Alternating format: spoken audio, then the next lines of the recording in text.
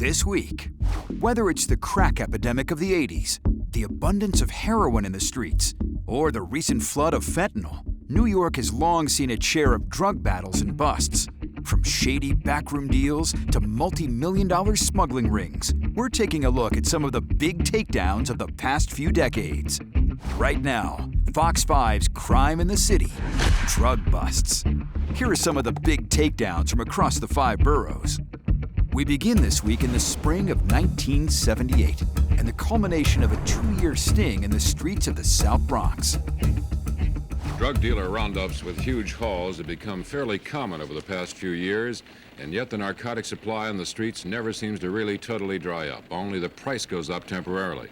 But now Steve Bauman tells us there is fairly good reason to believe a fix may cost more in the South Bronx and perhaps a lot of other places for some time to come because of the latest big roundup. According to the Bronx District Attorney, the 16 people picked up today, along with 7 others arrested earlier this week, handled more than half the heroin and cocaine distributed throughout that borough. In an investigation that began nearly 2 years ago, undercover cops allegedly made dozens of buys from the suspects, ranging from a quarter pound of poor quality heroin for $6,500 to a kilo of high quality stuff for $60,000. In all, several kilos were purchased with a reported street value of more than $2 million. In a joint press conference with Police Commissioner McGuire, D.A. Marola said the amount seized was just a tiny fraction of the volume which the defendants of various ethnic backgrounds had been wholesaling through a couple of loosely connected groups. But he claims there's been far less hard drugs on the streets of the Bronx in recent years, causing prices to soar. As I try to indicate to you, that because of the inflation and because of the scarcity of drugs out on the street, that the price of heroin and cocaine has mushroomed in the last couple of years. I would suspect that 2 years ago, that the price for a kilo of heroin or cocaine would have been in the area of $32,000, whereas today we're talking about $65,000.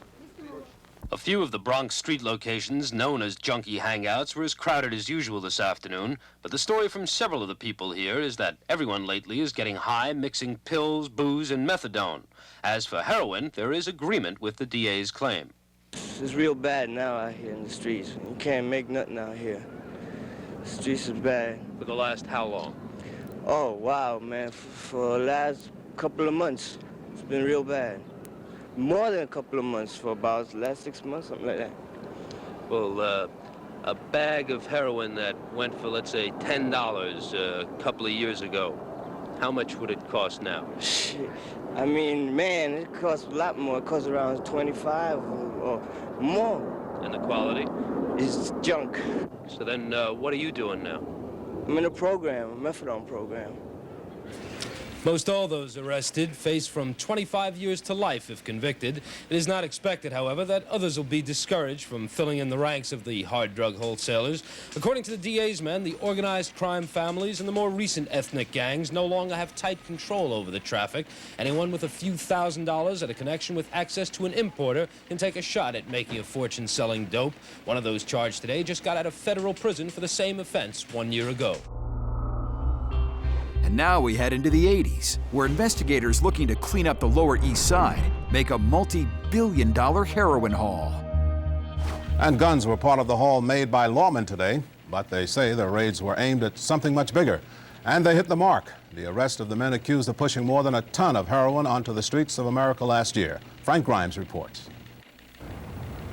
Early this morning, 300 city cops, federal drug agents, and state police from the Federal Drug Enforcement Task Force arrested 38 people in 22 locations, mostly in New York City. They're charged with running 9 wholesale drug rings, 7 of which allegedly sold heroin with a total street value of $2 billion.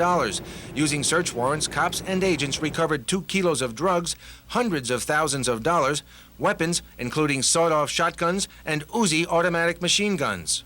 These arrests, complaints, and indictments constitute one of the most effective blows yet delivered in New York against the alleged major organizations supplying and profiting from the sale of heroin and cocaine.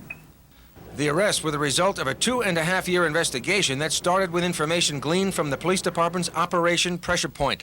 That's the title of New York City Police Commissioner Ben Ward's plan to clean up drugs on the Lower East Side of Manhattan, which is where officials say the heroin rings distributed most of the 2,200 pounds of heroin they sold each year. 2,200 pounds of pure heroin a year is approximately 1/6 of the entire heroin availability in the United States of America and approximately 30% of the heroin availability in New York City. To put it in human terms, 2,200 pounds of heroin a year would be enough to supply between 90 and 100,000 addicts daily of their entire heroin usage for 1 year. Officials say the 9 groups operated separately, but at times were interrelated. 3 of the suspects are alleged members of the Lucchese organized crime family. U.S. Attorney Rudolph Giuliani says it takes a lot of time, money, and effort to build a case like this. He said he hopes if those arrested today are eventually convicted, the sentencing judge will follow the example set yesterday by federal court judge Kevin Duffy. Duffy gave alleged organized crime figures maximum terms in jail. For some, that meant 155 years sentences. But what you have to do is to create a deterrent for them and to show that no matter how powerful they are or no matter how rich they are, they can get caught, and if they are convicted, they're going to go to prison forever. A few years later, and not far away, a Fox 5 report on a seedy drug den inside a Bowery hotel leads to a major narcotics raid. Officials say they are following up our reports about a Bowery flophouse where drug use seemed to be everywhere. And tonight, Lynn White is just back with an exclusive report on a drug raid at the Palace Hotel. You can just set it down. An unbelievable amount of drugs found inside the locker of this man, Dennis Lowe. 3,600 vials of black and blue cap crack, over $300 in cash, a .32 caliber gun, a machete, 100 bags of cocaine, and even more bags of marijuana. A big bust, even for the Lower East Side. This is a 2 or 3 day supply, so for 2 or 3 days there'll be no crack on the Bowery. Where did it all come from? Well, a major drug bust right here inside the Palace Hotel, a hotel that the city once used to house homeless men in, until we showed you graphic, horrifying accounts of what went on inside. It was just 3 months ago that our undercover cameras found a major crack den, a heroin shooting gallery, women selling their bodies for drugs. Until we aired our reports, the city spent over $600,000 a year of your tax money to house homeless men inside the palace. Now, 3/4 of the population is gone, and there's still about 100 residents, and most of them are crack addicted. and with that, what is still left behind inside the palace is an obvious base for drug dealing, especially given the arrest of this suspected supplier there this afternoon. This was the main supplier for the Bowery area and for all of the shelter residents around the Bowery. Are you surprised that this was all found inside the Palace Hotel? I'm not surprised from what we've heard. We heard for some time that there was one main dealer and he had many street dealers working for him. How long is it taking you to get this guy? Well, it's taken about 6 months that we knew of him, and we finally, 2 young police officers ran into him today, and they made this arrest and seized thousands of vials. And even though this drug bust was considered to be a big one, police are now saying with one crack dealer now out of the Palace Hotel, another is likely to take his place in a matter of days. And that, they say, is a pattern that will continue here until the Palace Hotel is shut down for business for good. Next, in the fall of '92, police descend on one of the city's most beloved parks to tackle shady, broad daylight dealings. Most New Yorkers look at Washington Square Park and see one of the city's most historic places of beauty. Others see it as a great place to open a supermarket for drugs.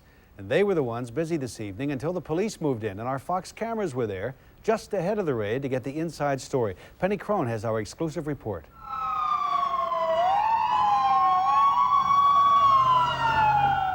A lot of people thought it was lights, camera, action, but not the drug dealers. The cops moved in with a vengeance. Their mission, make Washington Square Park a drug-free park. What were you guys doing? What were you guys doing? Police say when it was all over, they arrested 18 buyers and sellers. They say marijuana was the drug most often being pushed. Fox News had an undercover cameraman in the park hours before the raid. He reports being approached non-stop by dozens of people offering everything from grass to crack. He says when the cops closed in, a lot of them got away before the park was sealed off. When this man was arrested, our cameraman said he was one of the men who approached him. What about tomorrow? What will it be like? Tomorrow, if the weather holds up, it'll be a very nice day in the park. Will there be more selling and buying it? That's a tough question. We're going to be here with our personnel and trying to ensure that the park is as drug-free as it can be. The cops aren't the only ones trying to clean up Washington Square Park. A lot of students and professors of NYU say they want to help, and some are even doing just that. And we have student patrols who've been patrolling the park, and we're just supporting the police in their efforts. Do you think it's doing any good? I think it does as a deterrent. It's fun, usually. Why? It gets rid of aggravation we get at school. I feel good when I can help my university to get rid of wrong things and to get rid of guys who ruin our school. While most want a drug-free park, others say the sale of drugs just doesn't faze them. Now we visit New York Harbor in the summer of 2000 as the Coast Guard makes one of its largest seizures to date. Coast Guard patrol boats headed out to the Liberian tanker this morning where they discovered about 125 kilos of cocaine. What we found was external to the hull of the vessel. It was not inside the vessel, not on board the vessel. It was outside of the vessel above the rudder stock.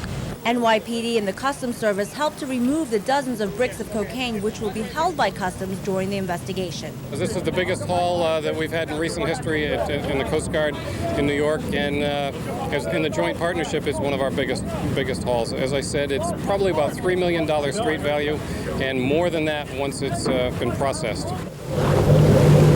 While most folks are focused on getting a little R&R this holiday weekend, authorities are on heightened alert and out in full force. Investigators believe that probably ruined the plan to get the cocaine shipment onto the streets of New York. The tanker has been in port since June 27th.